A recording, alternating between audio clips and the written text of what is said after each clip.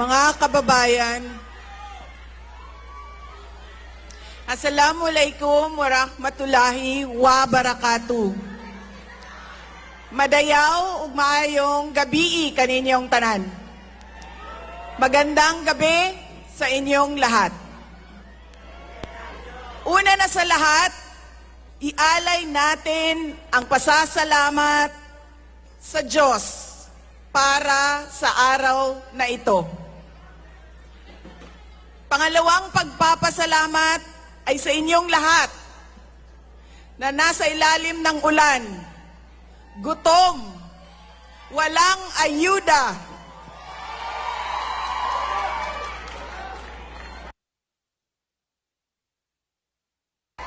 hindi pumasok sa trabaho. Ngunit ibinigay ninyo ang panahon para sa aming lahat ngayong gabi. Maraming salamat sa inyo. Ang susunod na pagpapasalamat ay sa PDP dahil binigyan nila ako ng pagkakataon sa rally nila ngayon. Maraming salamat sa inyo. Ang sunod na pagpapasalamat ay mula kay Pangulong Rodrigo Duterte. Sa inyong pagmamahal, sa inyong patuloy na suporta at pagdarasal na siya ay maibalik dito sa ating bayan. Maraming salamat. Ang susunod na pagpapasalamat ay mula sa akin, sa patuloy ninyo na suporta sa akin at sa aking mga kasamahan sa opisina ng Pangalawang Pangulo. Maraming salamat. At ang huling pagpapasalamat ay mula sa akin.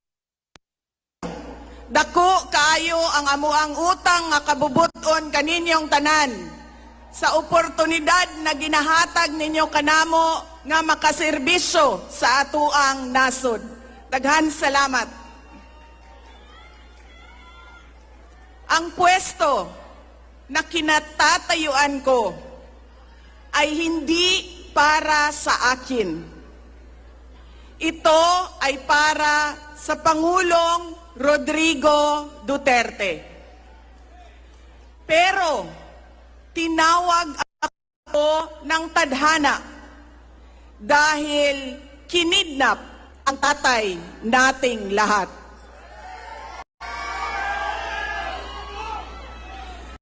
Sa pagkakataong ito, nakatayo ako sa entablado at humaharap sa inyo, hindi bilang kandidato. Ako si Inday Sara, isang botanteng nagmamahal sa ating bayan at natatakot para sa ating kinabukasan. Mga kaigsuunan ko, iniibig ko ang Pilipinas. Iniibig ko kayong mga Pilipino.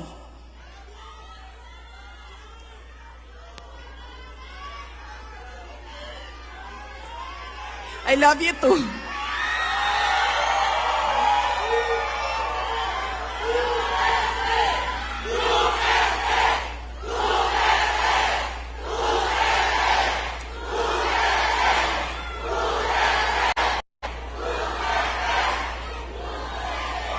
This election will decide the future of our country. Ang boto ninyo ang magbibigay katiyakan kung maituloy ang pagbabago o tuloy-tuloy na lang tayo sa kapahamakan. Filipinos deserve better. Nagpapasalamat ako dahil nandito pa rin kayo at nakikinig sa akin sa kabila ng kaliwat kanan na paninira nila. In the past months, my name and my family's name have been dragged through the mud. I have repeatedly said it before, and I will say it again now. I am not the problem of this country.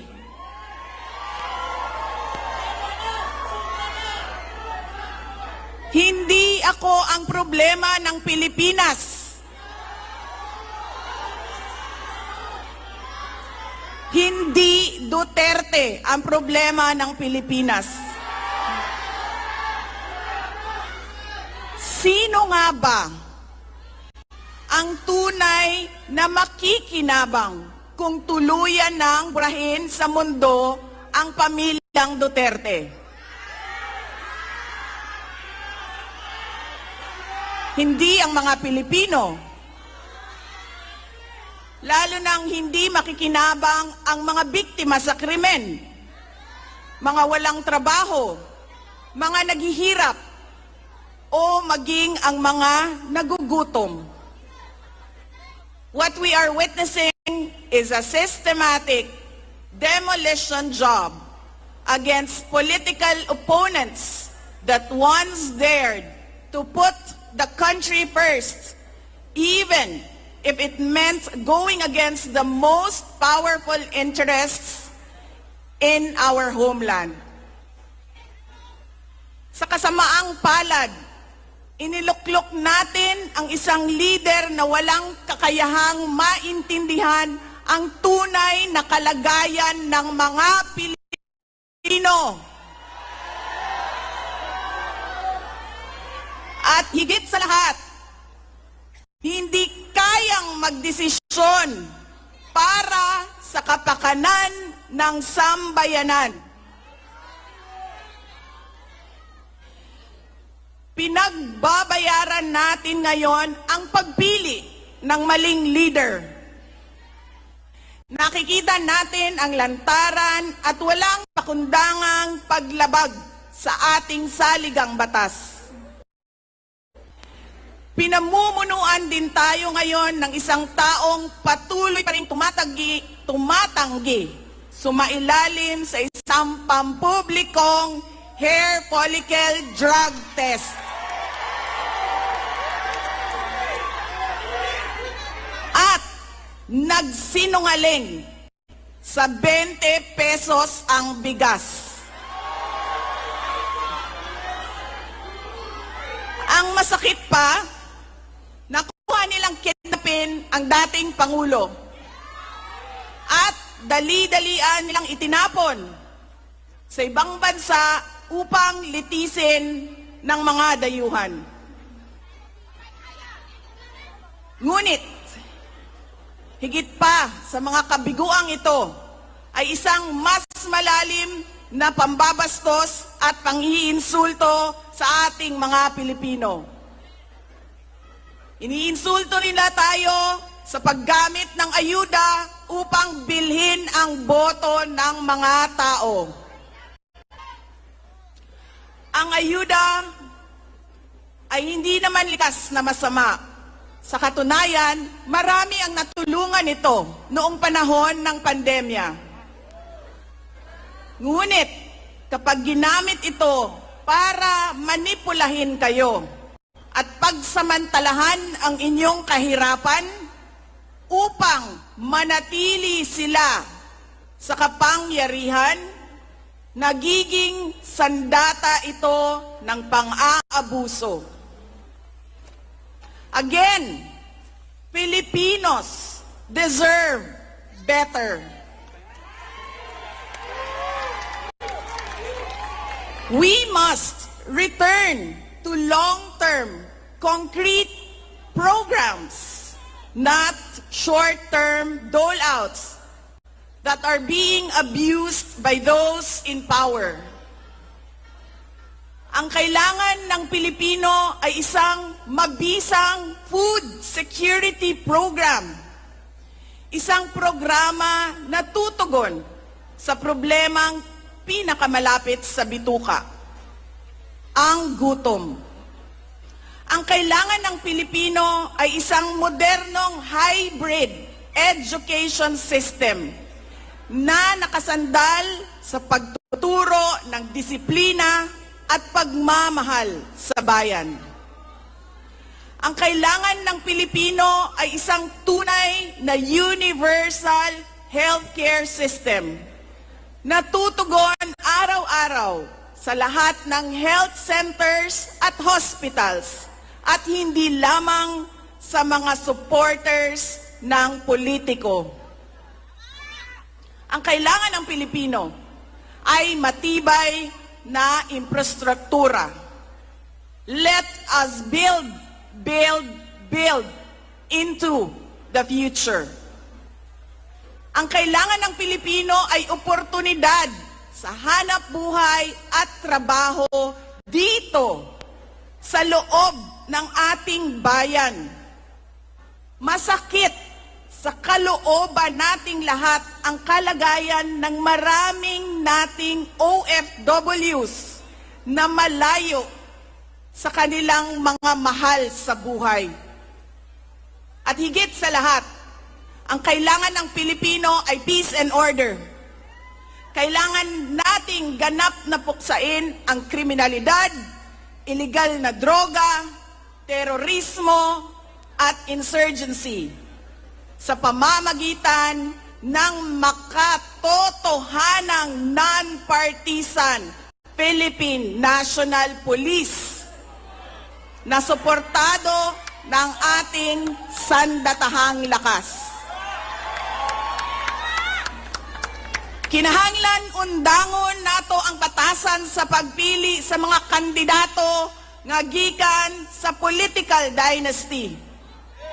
Kining mga sikat nga apelido nga magsayaw-sayaw ra og magkanta sa atubangan. Igo ra magpakatok, undangon ang mga party list na gipanag-iya sa mga dato. Undangon ang mali na pagpili sa atong mga opisyales. Undangon ang budol o pagpamakak. Kailangan natin mag-vote straight sa mga taong magtutuloy ng nasimulan ni Pangulong Duterte. Idiretso natin ang boto. Number 38, Rodante Marcoleta. Number 10, Jimmy Bondoc. Number 56 sa balota, Attorney Vic Rodriguez. Number 22, Bato de la Rosa. Number 28, Bongo. Number 53, Apollo Kibuloy. Number 34, Raul Lambino. Number 30, J.V. Hinlo. Number 58, Philip Ipe Salvador. At number 42, Doc Marites Mata. Alam ko, hindi kayo matutuwa. Pero iboboto ko si Amy Marcos. Siya ang naglakas loob na buksan ang investigasyon sa pagdukot ng pamahalaan ng isang Pilipino dito sa bayan para ihatid sa mga dayuhan.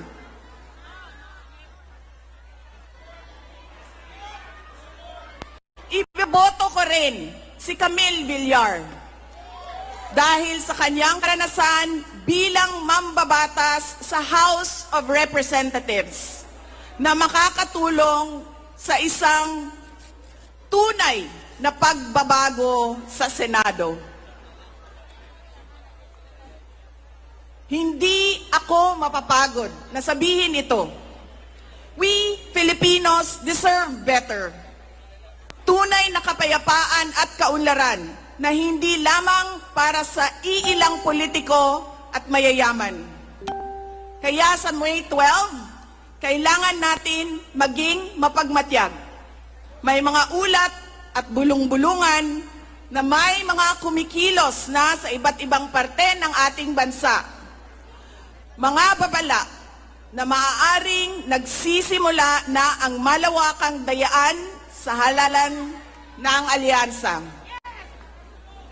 Ang binuong alyansa ay isang mapanganib na pagsasanib puwersa ng isang administrasyong walang kakayahan, mga elitistang liberal, at mga tinaguriang makabayan na ang tunay na hangarin ay manatiling mahirap ang taong bayan.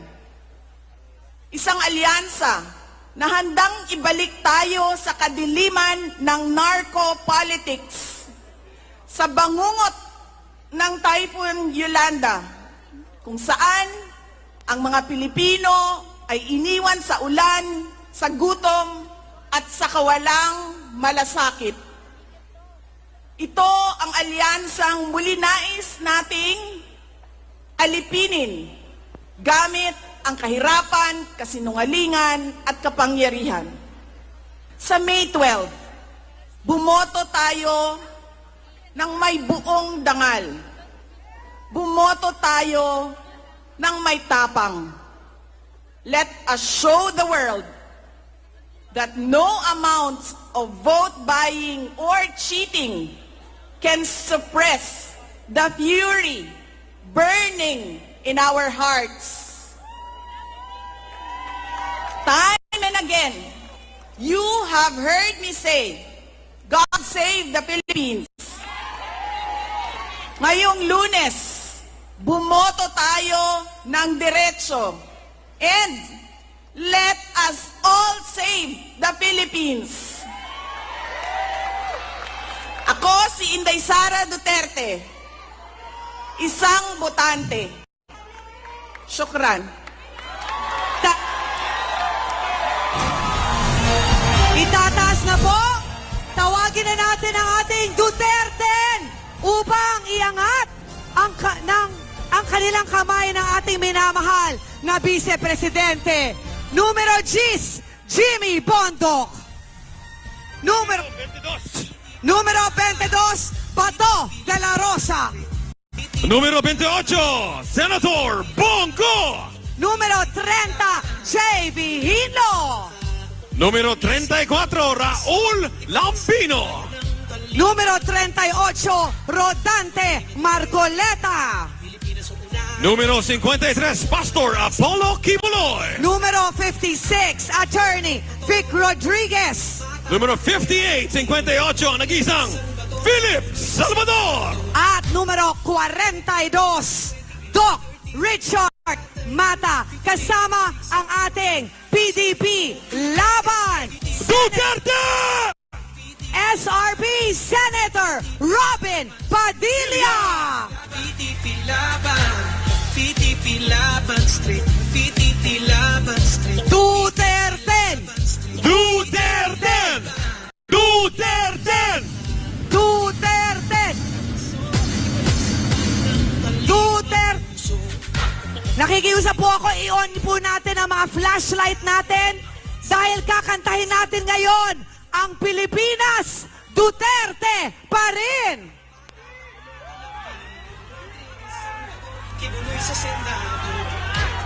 Ito'y kituwa. I-on natin para makita ng buong Pilipinas kung gaano tayo kadami dito sa Liwasang Bonifacio.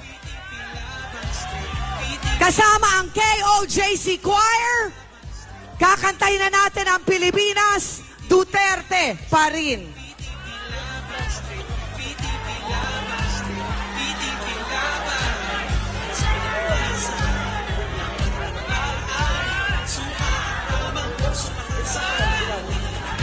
Duterte!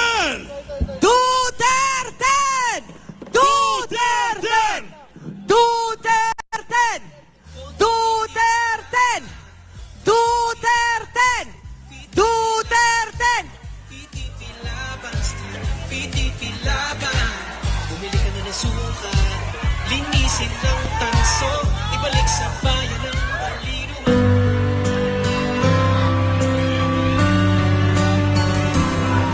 Ang bulong ay kumalat na. Isa ang nais nila. Isigaw